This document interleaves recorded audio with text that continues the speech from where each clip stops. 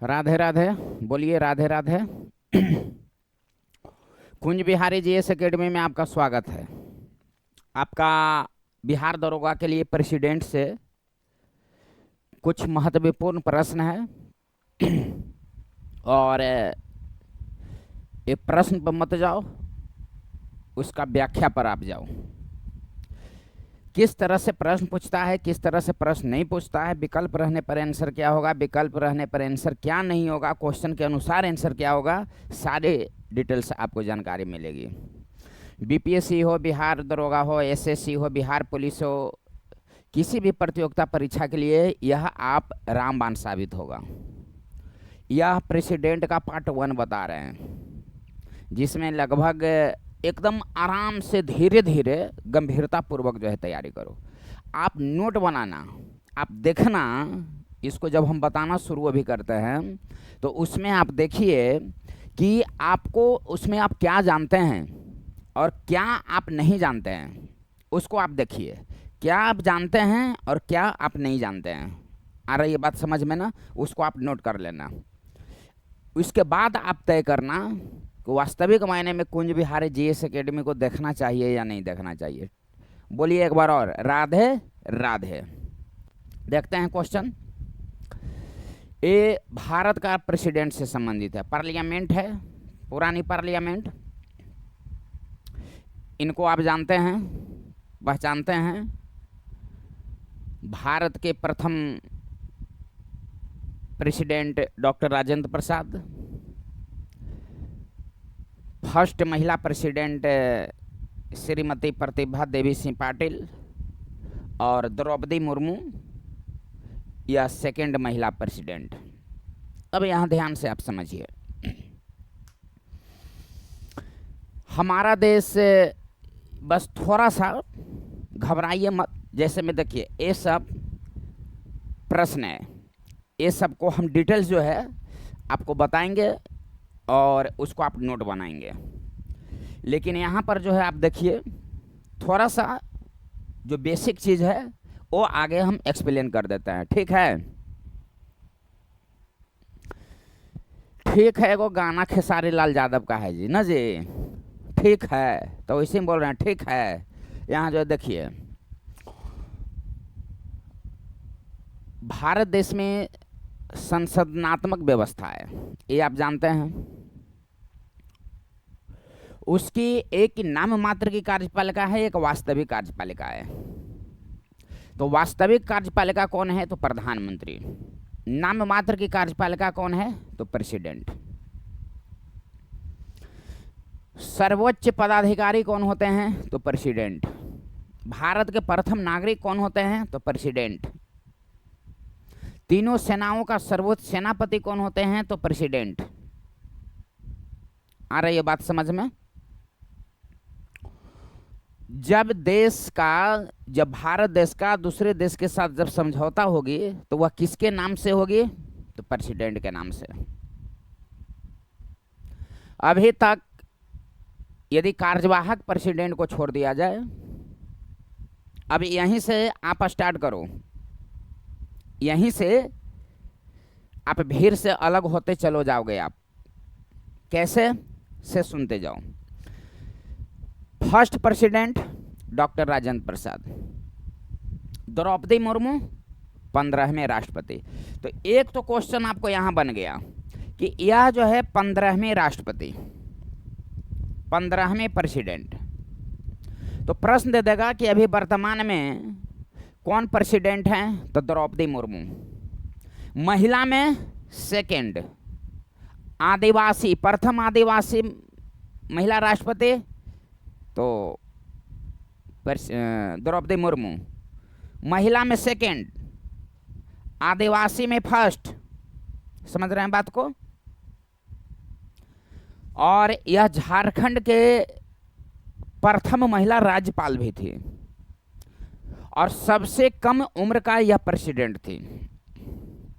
इनके नाम से कितने रिकॉर्ड बना?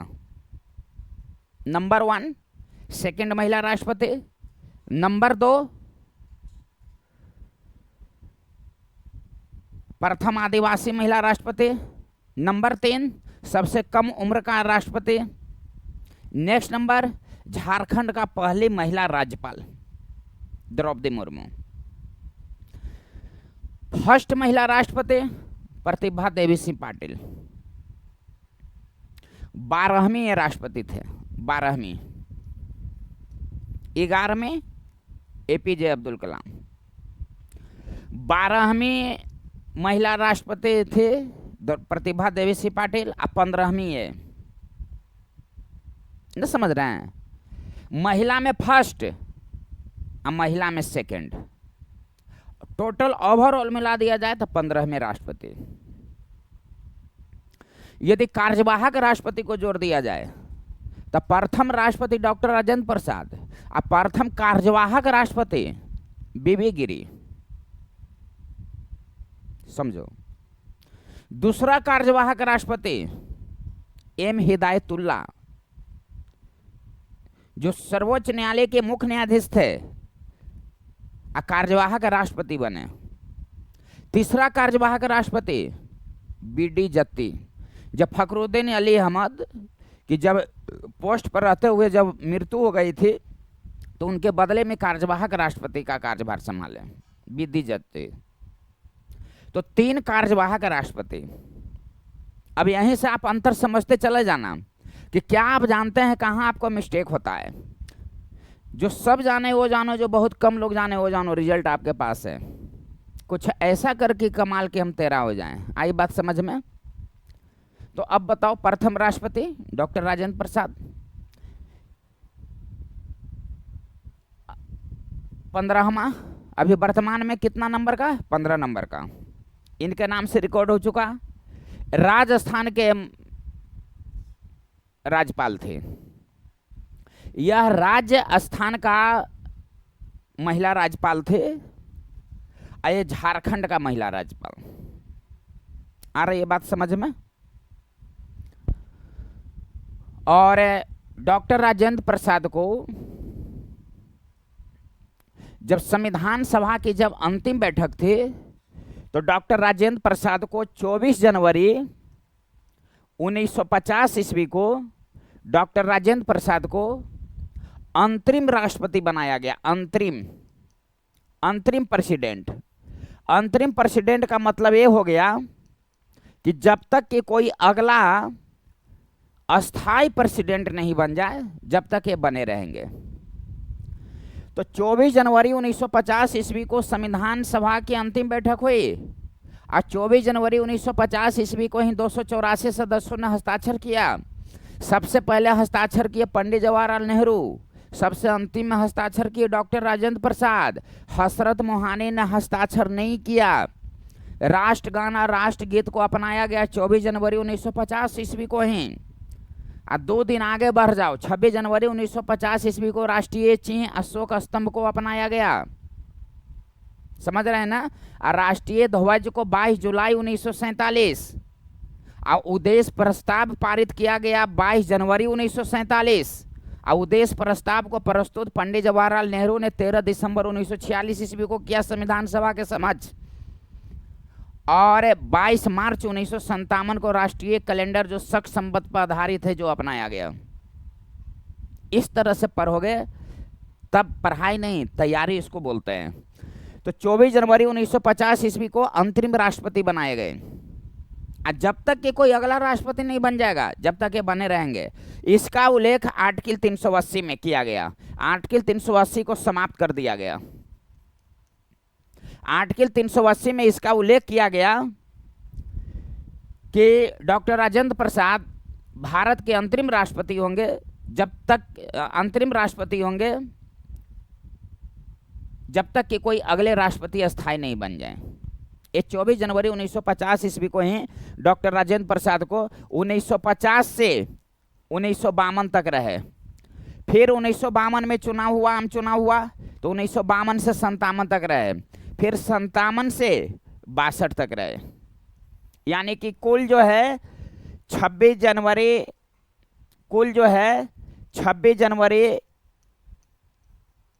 1950 से 13 मई 1962 तक रहे। समझ रहे हैं बात को? यानी कि कुल 12 वर्ष लगातार 2 बार रहने वाले, यानी कि 55 वर्ष 5 बरस 10 बरस, और 2 बरस रहे अंतरिम, यानी कि आप मान के चलो कि 3 बार प्रेसिडेंट रहे। एक बार अंतरिम शब्द जोड़ देना अनिवार्य है ना। होता है प्रोटेम स्पीकर। प्रोटेम स्पीकर मतलब अगला कोई स्पीकर स्थायी नहीं बन जाए जब तक वह कार्य करेंगे। अंतरिम अध्यक्ष, first president doctor Rajendra Prasad. एकदम बेसिक चीज सब बता रहे हैं, आप नोट करते जाना, बेसिक चीज सब बता रहे हैं। इसके बाद आते हैं आगे क्या बताना है ऑब्जेक्टिव से। प्रथम राष्ट्रपति डॉक्टर राजेंद्र प्रसाद, दूसरा राष्ट्रपति राधाकृष्णन, सर्वपल्ली राधाकृष्णन, जिनके जन्म दिवस पर 5 सितंबर को शिक्षक दिवस मनाई जाती है, या 5 अक्टूबर को विश्व शिक्षक दिवस, राष्ट्रीय शिक्षक दिवस 5 सितंबर को। प्रथम दार्शनिक राष्ट्रपति सर्वपल्ली राधाकृष्णन।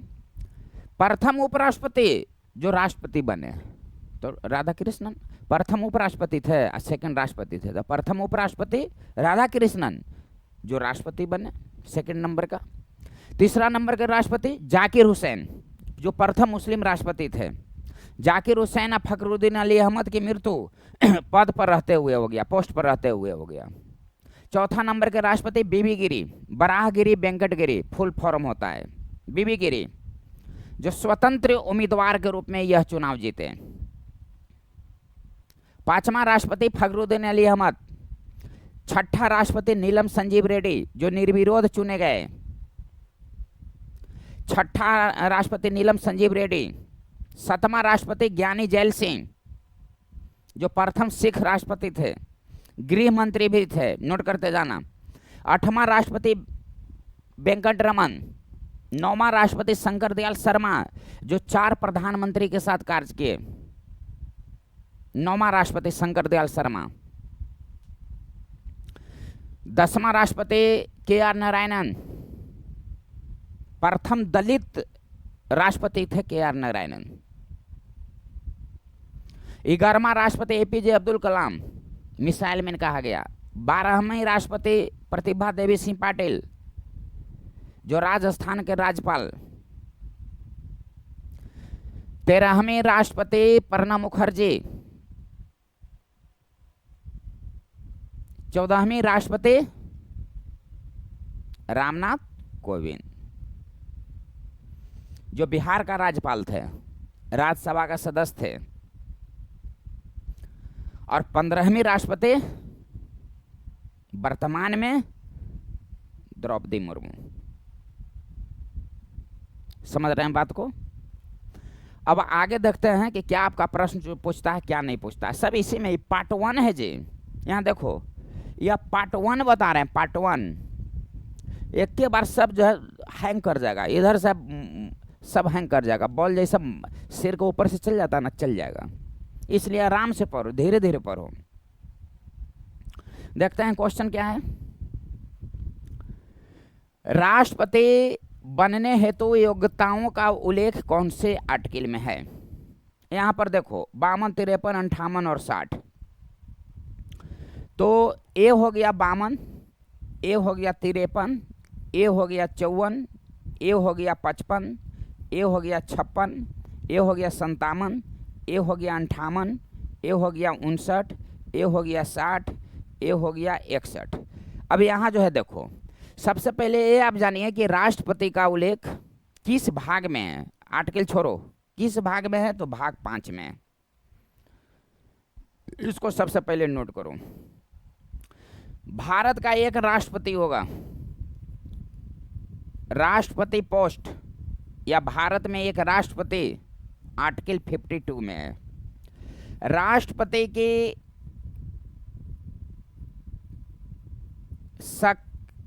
कार्यपालिका की शक्ति निहित होती है, कार्यपालिका की शक्ति निहित होती है तो राष्ट्रपति में आर्टिकल 53 है, यानी कि शक्ति कार्य के बारे में उल्लेख है। आर्टिकल 53 में है कि कार्यपालिका की शक्ति राष्ट्रपति में निहित होती है, 53 में है। यहाँ पर देखो 54 निर्वाचन, निर्वाचक मंडल 54 में है। सब जगह मिल जाएगा, लेकिन अंतर थोड़ा सा समझना, 54 में है।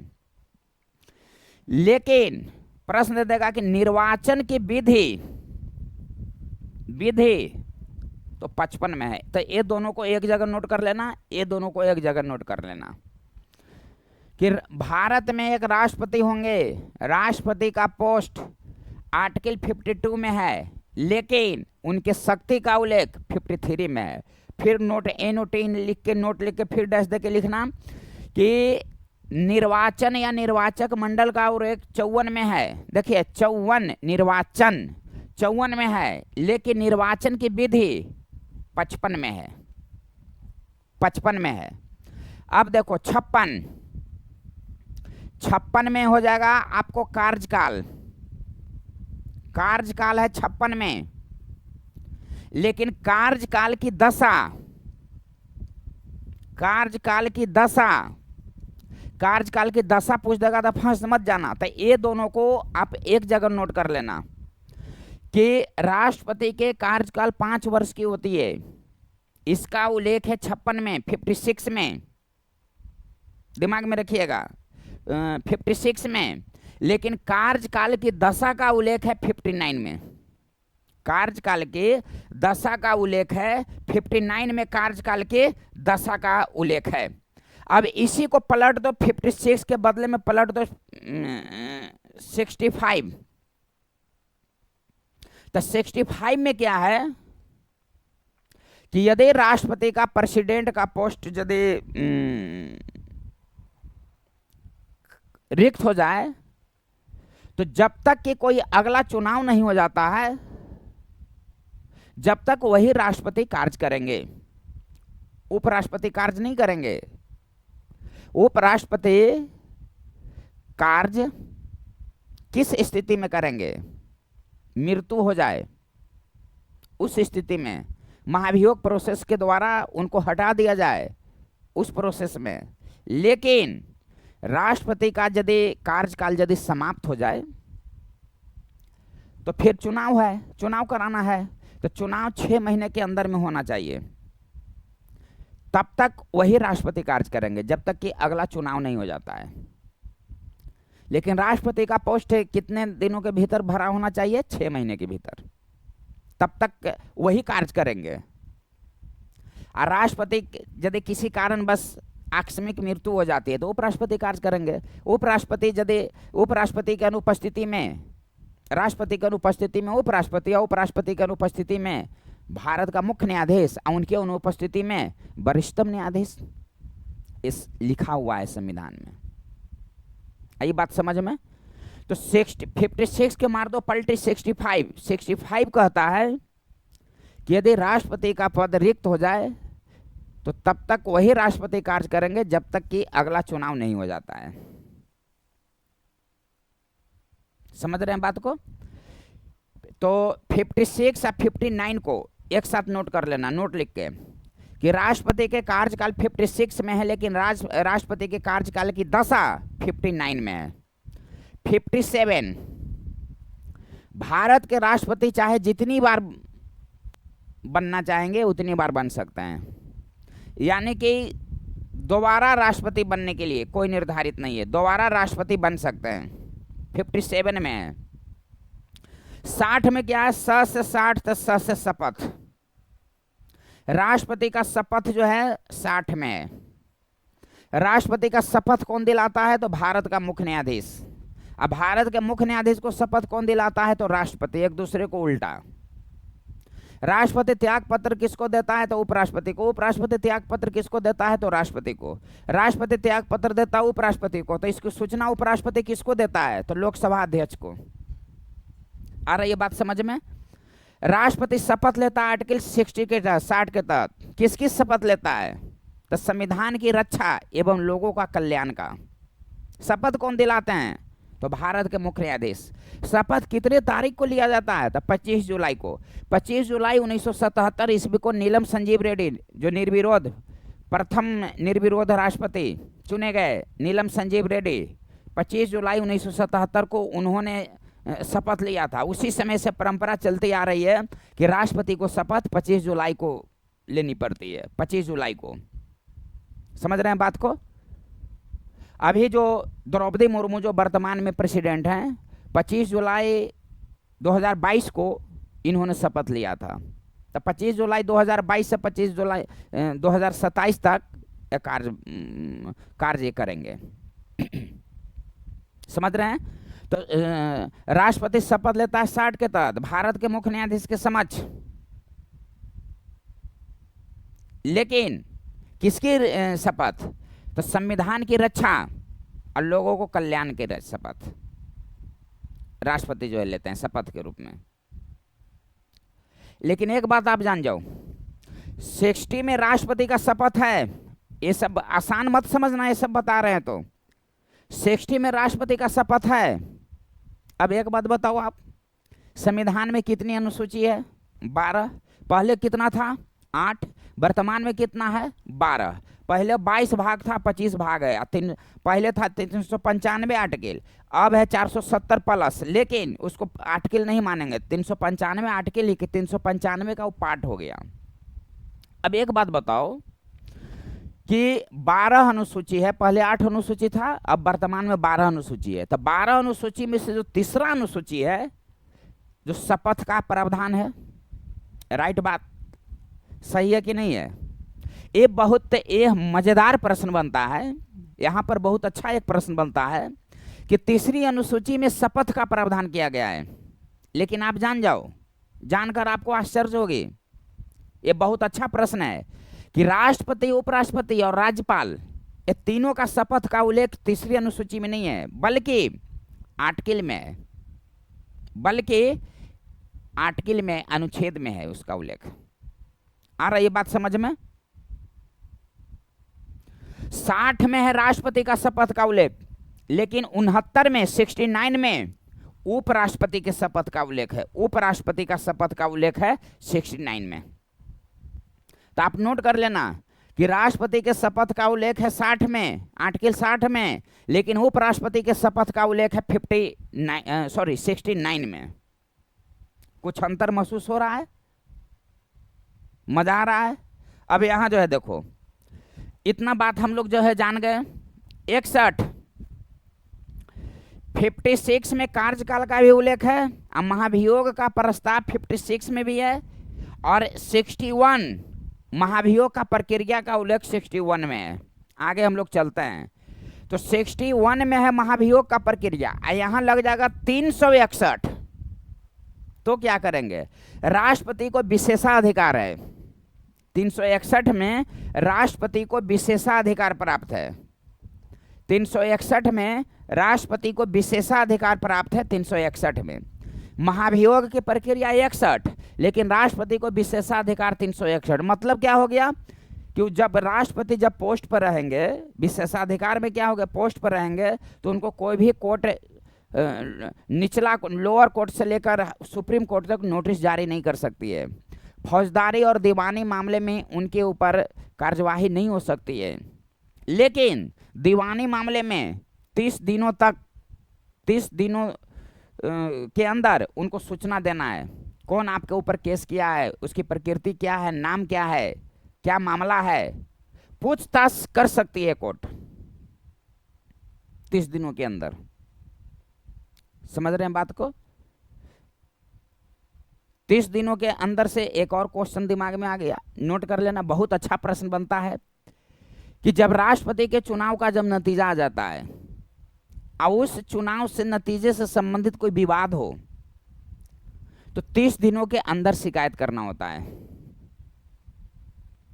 अब 30 दूना 60 दिन से क्वेश्चन आ गया कि यदि कोई पार्लियामेंट का सदस्य यदि 60 दिन तक बिना सूचना का अनुपस्थित रहते हैं, प्रेजेंट नहीं होते हैं, तो वह सीट खाली घोषित कर दिया जाएगा। 14 दिन से एक क्वेश्चन माइंड में आ गया कि महाभियोग के कार्यवाही शुरू करने से पूर्व 14 दिन पूर्व सूचना देना पड़ता है प्रेसिडेंट को। महाभियोग का प्रस्ताव लाने से 14 दिन पूर्व नहीं, कार्यवाही शुरू होने से 14 दिन पूर्व। नोट कर लेना दिमाग में। धन विधेयक को राज्यसभा कितने दिनों तक रोक सकती है? तो 14 दिन तक रोक सकती है। कंटेंट को दिमाग में रखो, इसको नोट बनाते जाओ। तो यहां बच गया एक 58। तो 58 में क्या है? राष्ट्रपति का योग्यता, इसको आप नोट कर लेना। अब यहां पर देखो क्या है क्वेश्चन, यहां पर देखते हैं। ज्यादा क्वेश्चन को डील नहीं करना है, लेकिन जो डील करेंगे वो किसी से आप हिलना मत, हिला देना लेकिन हिलना मत। यहां जो है देखो,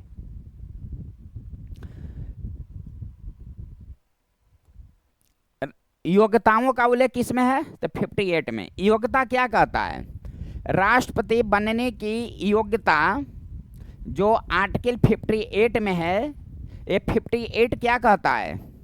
नंबर 1 कहता है कि भारत का नागरिक होना चाहिए। नंबर 1 कहता है कि भारत का नागरिक होना चाहिए, भारत का नागरिक होना चाहिए। नंबर 2, न्यूनतम आयु 35 वर्ष होनी चाहिए, न्यूनतम आयु 35 वर्ष होनी चाहिए। नंबर 3, लोकसभा का सदस्य, लोकसभा का सदस्य बनने, लोकसभा का सदस्य बनने की योग्यता रखता हो, योग्यता रखता हो। नेक्स्ट नंबर, लाभ की पद पर न हो, लाभ की पद पर न हो। एक इसके अलावा एक जानते होंगे पागल और दिवालिया न हो। राष्ट्रपति के संदर्भ में ऐसी बात नहीं कही गई है, लेकिन लोकल पुस्तक में लिख देता है आपको, है ना, हम बता रहे हैं आपको, नहीं कही गई है। यह 4 चीजों का उल्लेख है। भारत का नागरिक होना चाहिए। भारत का नागरिक 2 स्तर से होती है, एक मूल रूप से, एक नागरिकता प्राप्त किया। तो भारत का नागरिक होना चाहिए, मूल रूप से नागरिक होना चाहिए, या बाद में नागरिकता प्राप्त किया। अब यहां पर मामला ये फंस रहा है। तो संविधान में यह उल्लेख नहीं है कि मूल रूप से नागरिक होना चाहिए या बाद में नागरिकता प्राप्त किया हो। समझ रहे हो ना? तैयारी समझ रहे हो ना? अरे यार, बीपीएस से निकाल चुके हैं, है ना। एक क्लियर आपका हुआ। न्यूनतम आयु 35 वर्ष होनी चाहिए, न्यूनतम आयु 35 वर्ष होनी चाहिए प्रेसिडेंट का चुनाव लड़ने के लिए। लेकिन अधिकतम आयु, तो अधिकतम आयु का निर्धारण नहीं है, अधिकतम आयु का निर्धारण नहीं है। कितना बरस तक आप रिटायरमेंट करेंगे प्रेसिडेंट में, यह निर्धारित नहीं है। तो क्वेश्चन दे देता है कि राष्ट्रपति के लिए अधिकतम आयु, फंस मत जाना, मार देना 35 बरस ना, ट्राई करके देखना किसी से कि अरे सुन सुन सुन, सुन राष्ट्रपति के लिए अधिकतम आयु 35 बरस, तेरी 35 बरस तो न्यूनतम आयु है। अब यहां देखो, लोकसभा का सदस्य बनने की योग्यता, लोकसभा का सदस्य नहीं, एमपी नहीं हो, लेकिन एमपी बनने की योग्यता रखता हो। एमपी बनने की जो योग्यता हो, वह व्यक्ति में क्वालिफिकेशन होनी चाहिए। जो व्यक्ति प्रेसिडेंट का चुनाव लड़ रहा हो, उस व्यक्ति में वह क्वालिफिकेशन होना चाहिए जो एमपी बनने की योग्यता रखता हो। एमपी नहीं हो, एमपी बनने की योग्यता रखता हो, मतलब कि जो एमपी बनने के लिए जो क्वालिफिकेशन चाहिए वह उस व्यक्ति में चाहिए जो प्रेसिडेंट का चुनाव लड़ रहा हो। लाभ के पद पर नहीं होना चाहिए, यहां पर आप फंस जाओगे। लाभ के पद का मतलब क्या होता है? लाभ के पद का सबसे पहले ये आप जानो कि लाभ के पद का भारतीय संविधान में कोई परिभाषा नहीं दिया गया है, कोई परिभाषित नहीं किया गया है भारतीय संविधान में लाभ के पद को। सरकार के द्वारा वह व्यक्ति को सुविधा प्राप्त नहीं हो, वेतन नहीं मिले, वही लाभ के पद माना जाता है। लाभ के पद पर न हो, सबसे पहले माइंड में आप नोट कर लो, इसको स्पेशल नोट देके लिखना। बहुत अच्छे अच्छे फंस जाते हैं इसमें लोग कि लाभ के पद को संविधान में परिभाषित नहीं की गई है, नंबर 1 बात। नंबर 2 बात, राष्ट्रपति, नोट कर लेना, राष्ट्रपति उपराष्ट्रपति, राज्यपाल, केंद्रीय मंत्री, राज्य स्तर का मंत्री को लाभ का पद नहीं माना गया है। लाभ का पद नहीं माना गया है, नहीं माना गया है। कहने का मतलब यह हो गया कि यदि कोई व्यक्ति उपराष्ट्रपति है और राष्ट्रपति को चुनाव लड़ना है तो उपराष्ट्रपति से त्याग पत्र देने की आवश्यकता नहीं है। जैसे एक बात बताते हैं, जैसे में अभी बिहार के राज्यपाल थे रामनाथ कोविंद, वो प्रेसिडेंट बने तो राज्यपाल के पोस्ट से इस्तीफा दिए। इस्तीफा वो न भी देते फिर भी चुनाव लड़ते, क्योंकि राज्यपाल का पोस्ट लाभ के पद पर नहीं आता है। इसमें आप ही नहीं, बहुत अच्छे धुरंधर फंस जाते हैं, इसमें मिस्टेक मत खाना। राष्ट्रपति, उपराष्ट्रपति और राज्यपाल और केंद्रीय मंत्री या राज्य स्तर का मंत्री यह लाभ के पद नहीं माने जाते हैं। यानी कि बिना इस्तीफा दिए हुए चुनाव प्रेसिडेंट का लड़ सकता है। समझ रहे हैं बात को? बोलो राधे राधे। राष्ट्रपति, उपराष्ट्रपति, राज्यपाल, ये तीनों का तीसरी अनुसूची में शपथ का जो प्रावधान है उसमें उल्लेख नहीं है। राष्ट्रपति, उपराष्ट्रपति, राज्यपाल का ये तीसरी अनुसूची में इसका उल्लेख नहीं है, तीसरी अनुसूची में। और लाभ के पद, इतने सारे पोस्ट को लाभ के पद नहीं माना जाता है। समझ रहे हैं बात को? चलिए अब नेक्स्ट नंबर जो है देखते हैं। राष्ट्रपति पर महाभियोग का प्रस्ताव किन आधारों पर लगाया जाता है? बताओ तो। राष्ट्रपति का जमानत राशि, राष्ट्रपति का जमानत राशि, तो राष्ट्रपति का जमानत राशि 15,000। ये जमानत राशि को जमा कहां किया जाता है? तो RBI, reserve bank of India. जमानत राशि जब्त राष्ट्रपति का कब होगी? जब वैध मत का 1/6 मत प्राप्त नहीं होता है। 1/6 मत प्राप्त नहीं होता है तो जमानत राशि जब्त हो जाएगी। ये 3 क्वेश्चन को दिमाग में रख लेना, जिसमें यह क्वेश्चन दरोगा में पूछा हुआ है कि राष्ट्रपति का जमानत राशि कितनी होती है, तो 15,000 रुपये। यह दरोगा में यह क्वेश्चन पूछा हुआ है। और जमानत राशि को कहाँ जमा किया जाता है? तो आरबीआई में। जमानत राशि जब्त कब होती है? जब वैध मत का 1/6 मत प्राप्त नहीं होता है तो जमानत राशि जब्त हो जाती है। अब यहाँ पर प्रश्न है कि महाभियोग के विषय में है, इसको आप नोट कर लेना, इसको हटा रहे हैं। महाभियोग के विषय में हमने क्या बोला कि जल्दी जल्दी ऑब्जेक्टिव को खींचना नहीं है, ऐसा पर हो कि मिस्टेक नहीं हो। यहाँ पर देखो महाभियोग, तो सबसे पहले ये जानो कि महाभियोग को कहाँ से ग्रहण किया गया है? तो अमेरिका से ग्रहण किया गया है। राष्ट्रपति को कहाँ से ग्रहण किया गया है? तो अमेरिका से ग्रहण किया गया है। राष्ट्रपति का निर्वाचन विधि कहाँ से ग्रहण किया गया है? तो आयरलैंड के संविधान से ग्रहण किया गया है। आयरलैंड के संविधान से ग्रहण किया गया है। राष्ट्रपति का निर्वाचक मंडल कहाँ से ग्रहण किया गया है? तो ब्रिटेन से। जब ब्रिटेन विकल्प में नहीं रहेगा तब होगा आयरलैंड। आ रही है बात समझ में?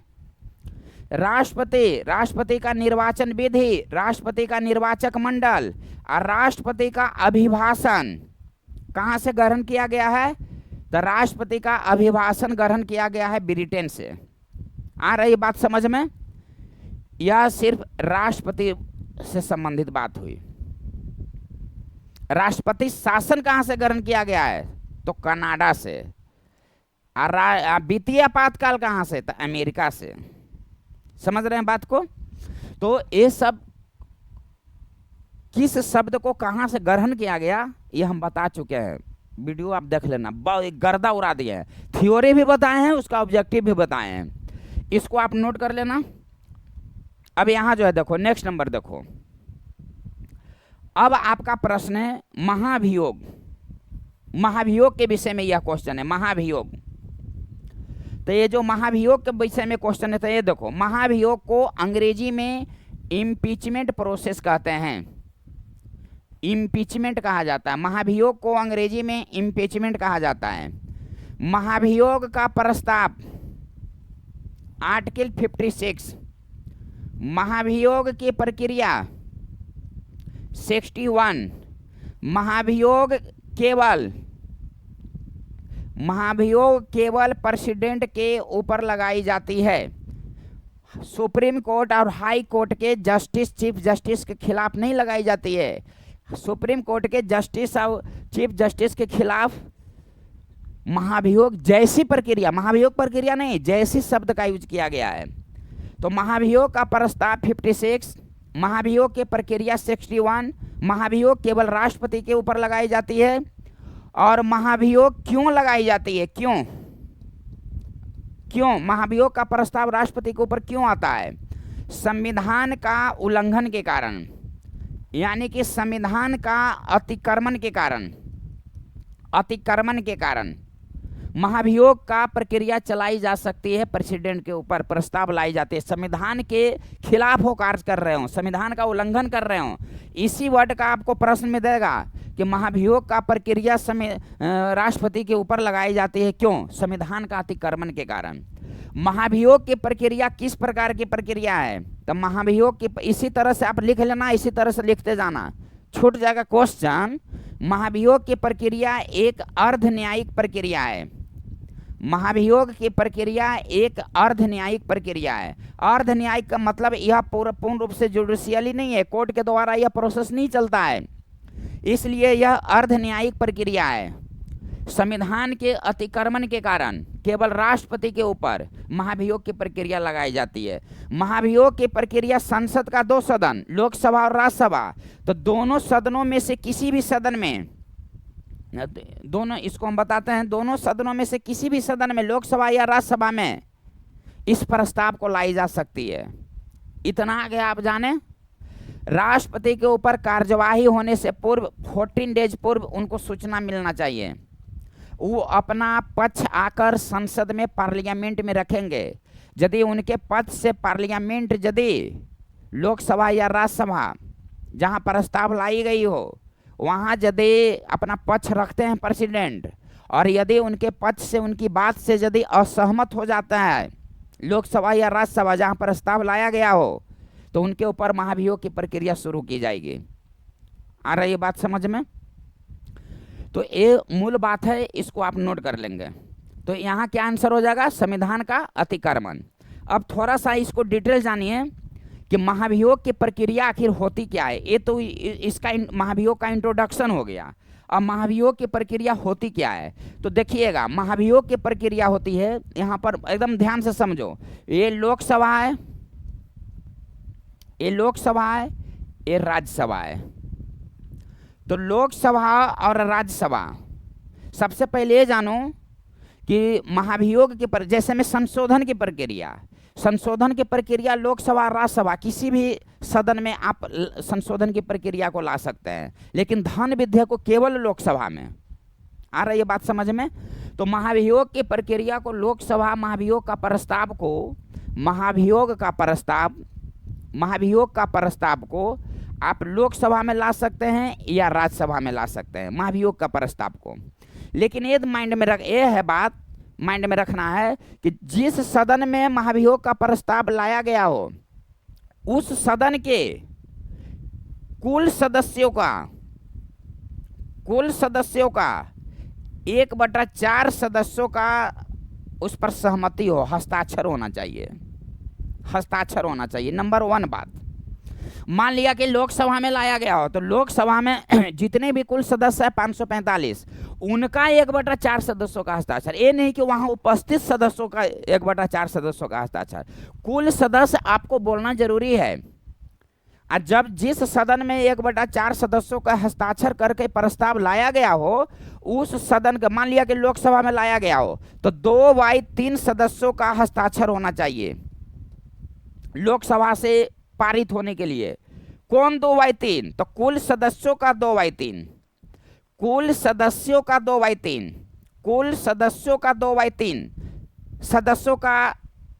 2/3 बहुमत से पारित होना चाहिए लोकसभा में।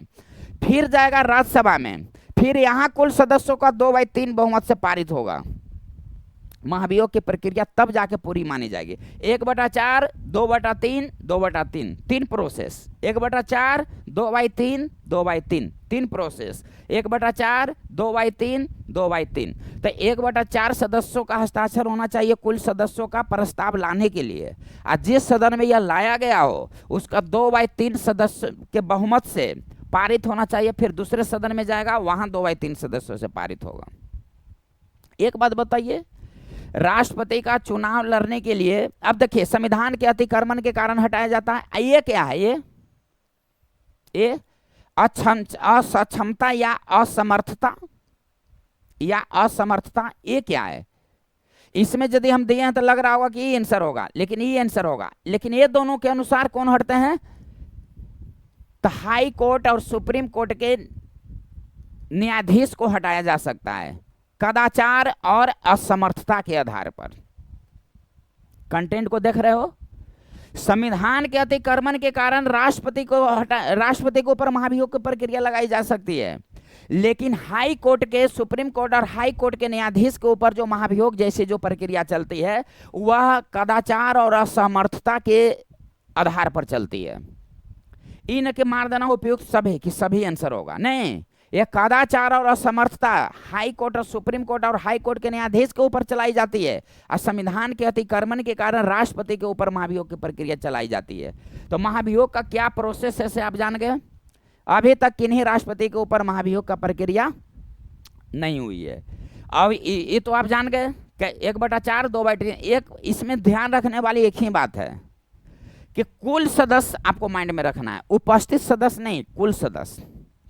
और संविधान के अतिक्रमण के कारण कदाचार और असमर्थता के आधार पर सुप्रीम कोर्ट और हाई कोर्ट, मान लिया कि एक क्वेश्चन दे के चेंज करके जी यहां दे देता सुप्रीम कोर्ट और हाई कोर्ट के जस्टिस और चीफ जस्टिस। ओहो, सुप्रीम कोर्ट और हाई कोर्ट के जस्टिस और चीफ जस्टिस यहां दे देता, तो आप क्या करते? ये मारते कदाचार और असमर्थता के आधार पर। लेकिन राष्ट्रपति है तो संविधान के अतिक्रमण के आधार पर, ऐसे रिजल्ट आता है। राष्ट्रपति के चुनाव में प्रस्तावक कितने होते हैं, अनुमोदक कितने होते हैं? तो प्रस्तावक होते हैं 50, अनुमोदक होते हैं 50। प्रस्तावक मतलब प्रस्ताव दिया, उसको समर्थन किया 50। लेकिन वह प्रस्तावक जो 50 होते हैं, अनुमोदक जो 50 होते हैं, वो कौन कौन होते हैं? कौन होते हैं? वो जो मतदाता करने वाले हैं वही होते हैं, जो मतदान करने वाले हैं, मतदाता हैं वही होते हैं। दिमाग में रखना। पहले कितना था जे? तो 20-20। कब से हुआ जे? तो 1997 से। यह क्वेश्चन पूछा हुआ है कि राष्ट्रपति के नामांकन में 50 प्रस्तावक का 50 अनुमोदक की आवश्यकता होती है। तो यह जो संख्या बढ़ाई गई कब? तो 1997 में, 1997। पहले था 20-20, अब है 50-50, 97 में बढ़ाया गया। और जो प्रस्तावक होंगे 50, और 50 जो अनुमोदक होंगे वह कौन होंगे? तो वह राष्ट्रपति के चुनाव में जो मतदाता होंगे वही होंगे। मतदाता कौन होंगे? लोकसभा, राज्यसभा और विधानसभा के निर्वाचित सदस्य, यही ना है जी। राष्ट्रपति के चुनाव में कौन कौन भाग लेते हैं? लोकसभा, राज्यसभा, विधानसभा का सदस्य नहीं, नहीं नहीं नहीं। लोकसभा, राज्यसभा, विधानसभा का सदस्य नहीं, निर्वाचित सदस्य। सदस्य यदि आप बोलेंगे तो उसमें मनोनीत भी आ जाएगा, निर्वाचित भी आ जाएगा। लेकिन मनोनीत सदस्य भाग नहीं लेते हैं राष्ट्रपति के चुनाव में, इसलिए आपको वहां सिर्फ सदस्य नहीं बोलना है। विद्यार्थी आप बोले तो विद्यार्थी में लड़की या लड़का दोनों आ गया। छात्र, छात्रा बोले तो अंतर हो गया। ठीक उसी प्रकार से यदि आप बोलेंगे कि लोकसभा, राज्यसभा, विधानसभा का सदस्य, तो सदस्य में दोनों आ गया, निर्वाचित और मनोनीत दोनों। लेकिन लोकसभा, राज्यसभा, विधानसभा का निर्वाचित सदस्य राष्ट्रपति के निर्वाचक मंडल में होते हैं। दिल्ली और पांडिचेरी के विधानसभा को भी सम्मिलित किया गया। कब? तो 1992 ईस्वी में, 1992, 1992 ईस्वी में।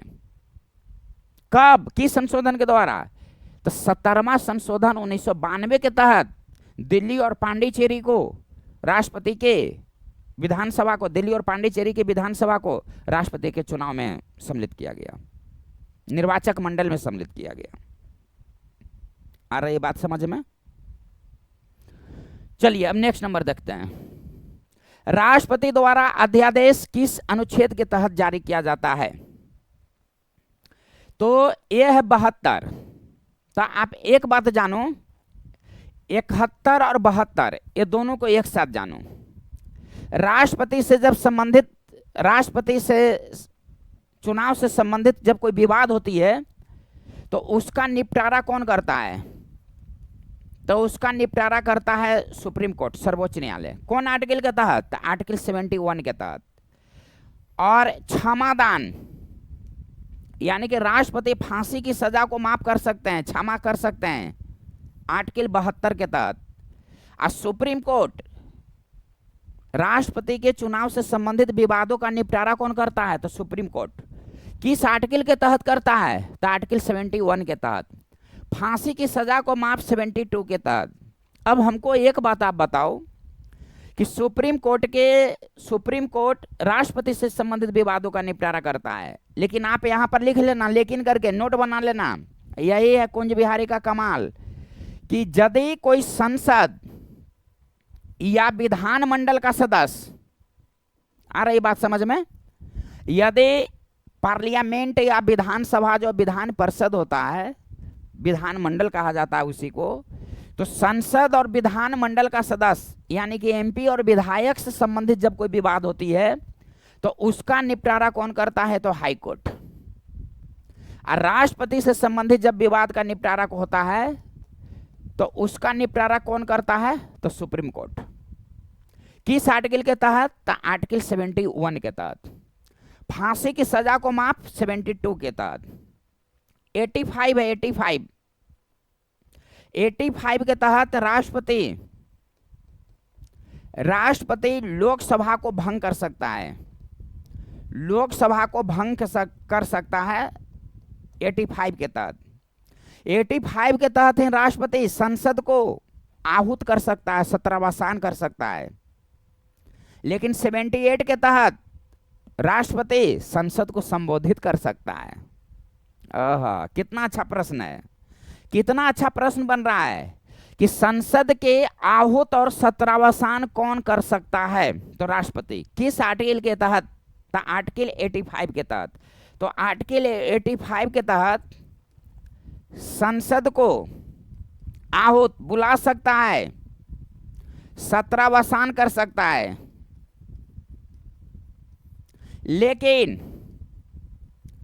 लेकिन संसद को संबोधित या किसी भी प्रकार का मैसेज यह आर्टिकल 78 के तहत राष्ट्रपति के द्वारा किया जा सकता है। 143 के तहत, 143 के तहत क्या है?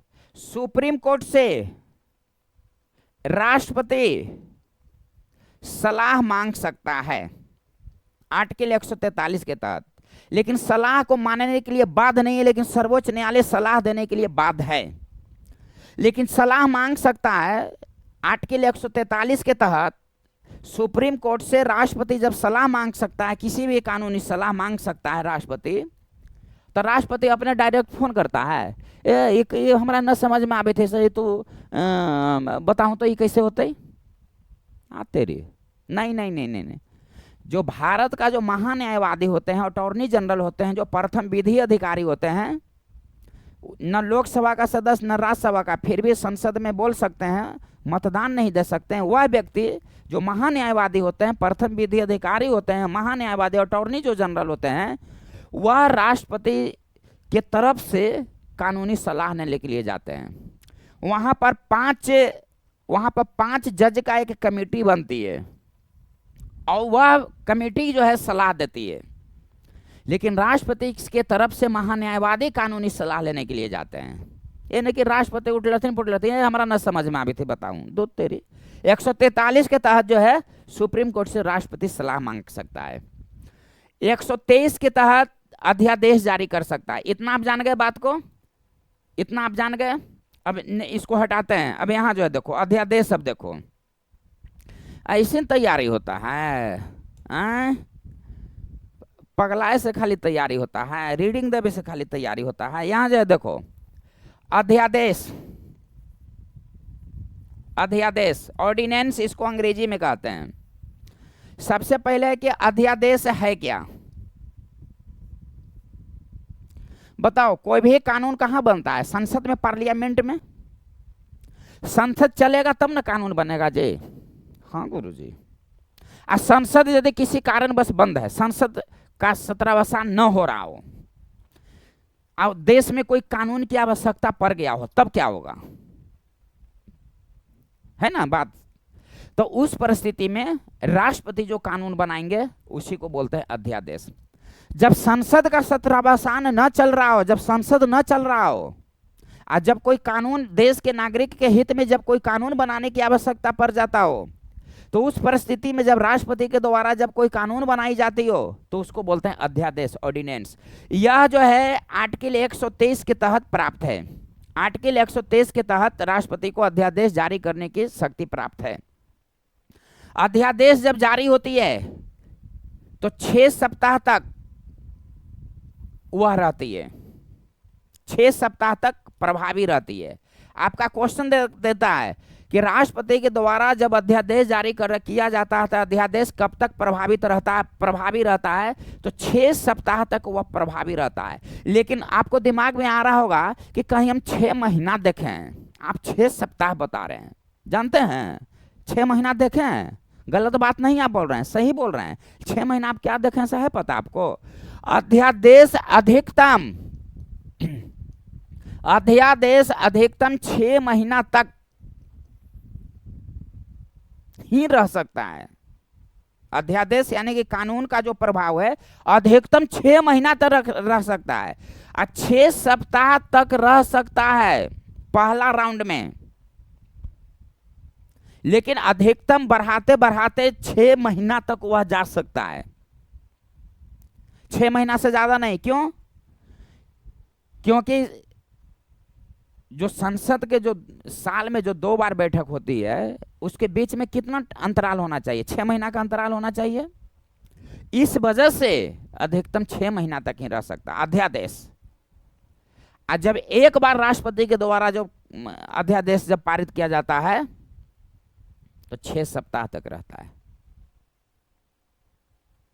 सर्वाधिक अध्यादेश फखरुद्दीन अली अहमद के समय में पारित किया गया था। समझ रहे हैं बात को? अब यहां पर नेक्स्ट नंबर अब देखते हैं, तो इसका आंसर क्या हो जाएगा? 123। अब यहां जो है देखते हैं, राष्ट्रपति के चुनाव से संबंधित विवादों पर शिकायत करने के लिए निर्धारित अवधि, हमने क्या बोला? 30 दिन।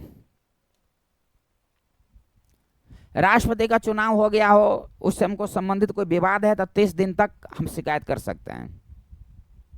समझ रहे हैं बात को? और 60 दिन तक जब कोई संसद का सदस्य 60 दिनों तक प्रेजेंट नहीं होते हैं तो अनुपस्थित होते हैं तो रिक्त माना जाएगा। 14 डेज के विषय में बता ही दिए, 6 महीना के विषय में बता ही दिए कि जब राष्ट्रपति का पद रिक्त होता है तो 6 महीना के अंतराल में चुनाव होना चाहिए, 6 महीना के अंदर चुनाव होना चाहिए। 2 सत्रावसान की अवधि होती है 6 महीना। महाभियोग की कार्यवाही शुरू करने से 14 डेज पहले सूचना देना चाहिए राष्ट्रपति को। राज्यसभा विधेयक को 14 दिन तक रोक सकती है। प्रधानमंत्री प्रशासन संबंधी सूचना राष्ट्रपति को देगा। किस आर्टिकल के तहत? तो आर्टिकल 78 के तहत। आर्टिकल 79 में क्या है? संसद है, पार्लियामेंट। 78 के तहत प्रधानमंत्री प्रशासन संबंधी सूचना राष्ट्रपति को देगा। आ रही बात समझ में? 76 में क्या है? तो महान्यायवादी।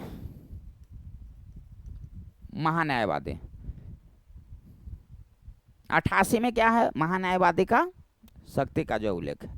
नेक्स्ट नंबर जो है देखिए, राष्ट्रपति के पास संसद को संबोधित करने की शक्ति प्राप्त है 86 के तहत। अभी थोड़ा देर पहले बताए 85 के तहत राष्ट्रपति को संसद को आहूत कर सकते हैं, सत्रावसान कर सकते हैं, लेकिन जो संबोधित कर सकते हैं वह 86 के तहत, 143 के तहत सुप्रीम कोर्ट से परामर्श मांग सकते हैं, 123 के तहत अध्यादेश जारी होता है, 85 के तहत राष्ट्रपति लोकसभा को भंग कर सकता है।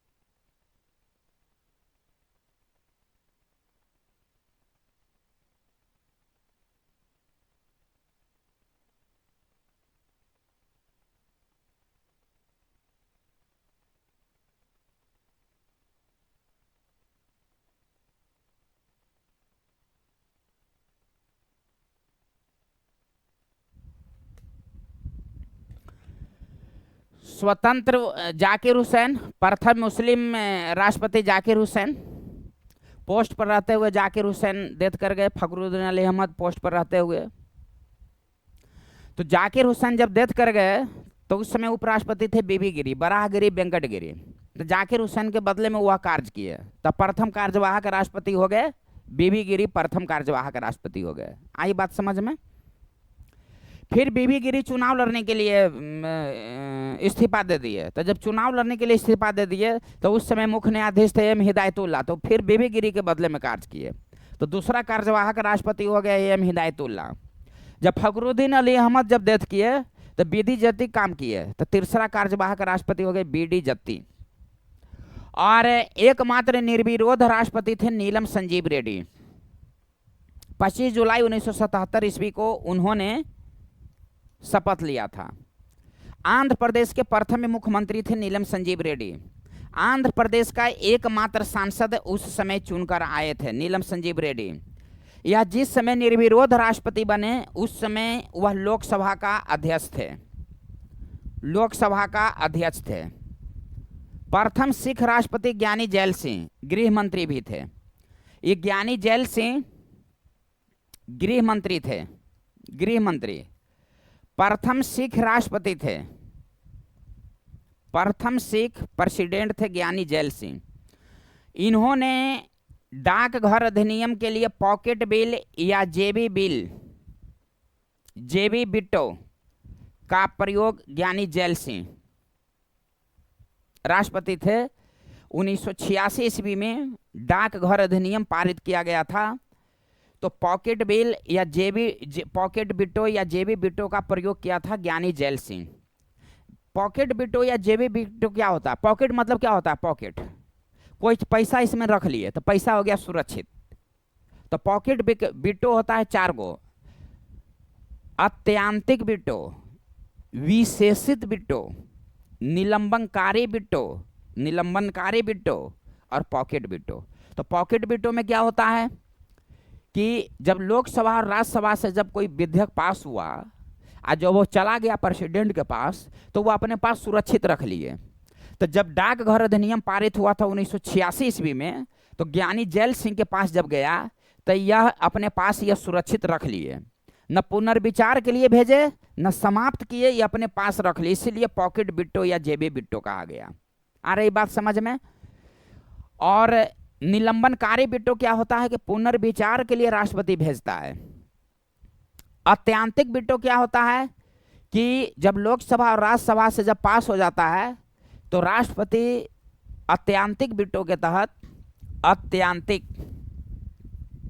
अत्यांतिक बिट्टो के तहत समाप्त कर देता है। बिट्टो होता है 4 गो, यहां पर दिमाग में रखो, बिट्टो हो गया 4 गो, इसको बता ही देते हैं ढंग से।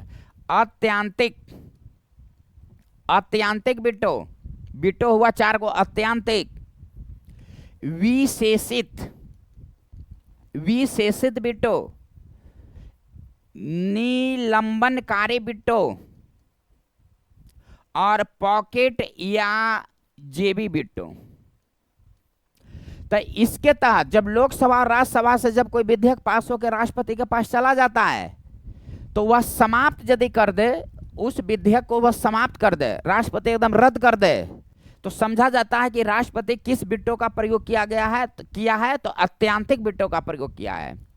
और जब राष्ट्रपति पार्लियामेंट में, जब पार्लियामेंट से जब पास हो जाए, जब राष्ट्रपति के पास कोई विधेयक चल जाए तो वह अपने पास पॉकेट में रख ले, यानी कि सुरक्षित रख ले, तो उसको कहा जाता है जेबी बिट्टो। आज जब पुनर्विचार के लिए भेजे तो उसको लिए विचार के लिए भेजे तो उसको कहा जाता है निलंबनकारी बिट्टो। लेकिन विशेषित बिट्टो का प्रयोग राष्ट्रपति के द्वारा नहीं किया जाता है। दिमाग में रखो आप, कितना अच्छा प्रश्न बनता है कि राष्ट्रपति बिट्टो के वो होता है तो 4 गो, जिसमें से 3 ही बिट्टो का प्रयोग प्रेसिडेंट के द्वारा किया जाता है। किस बिट्टो का प्रयोग प्रेसिडेंट के द्वारा नहीं किया जाता है? तो विशेषित बिट्टो का प्रयोग प्रेसिडेंट के द्वारा नहीं किया जाता है। समझ गए बात को? और राष्ट्रपति द्वारा उच्चतम न्यायालय से परामर्श संबंधी प्रावधान को कहां से ग्रहण किया है? तो कनाडा से ग्रहण किया गया है। आ रही है बात समझ में? अब यहां जो है देखिए, ये पार्ट 1 हुआ प्रेसिडेंट से संबंधित, और पार्ट 2, पार्ट 3 इसी तरह से करके जो राष्ट्रपति से संबंधित जो प्रश्न है या किसी भी पॉइंट में, साइंस हो या संविधान हो, हिस्ट्री हो, अरे भाई बीपीएससी निकाल चुके हैं, कोई आसान नहीं है। आप पढ़ लो, कंटेंट को देखो, हिला नहीं कोई सकता है। मिलते हैं नेक्स्ट वीडियो में। छठ पूजा की बहुत सारे ढेर सारे शुभकामनाएं। समझ गए ना? सूर्य भगवान को आप सूर्योपासना का श्रेय हड़प्पा सभ्यता का देन है। सूर्य भगवान को आप अर्घ दो, साक्षात देवता हैं, है ना? बोलते हो ना कि भगवान को देखे हैं, एकदम देखने को आज मिलेंगे, मांग लो जो मांगना है ऐसे। समझ रहे हैं ना? बहुत लोग बोलते हैं कि भगवान को देखे हैं, हवा के बिना रह सकता है जिंदा? नहीं, तो हवा को देखा है? क्या बात करते हो यार। बोलो राधे राधे। कुंज बिहारी हमारी शान है और हम कुंज बिहारी की जान है, क्योंकि कंटेंट ही हमारा पहचान है। मिलते हैं नेक्स्ट वीडियो में।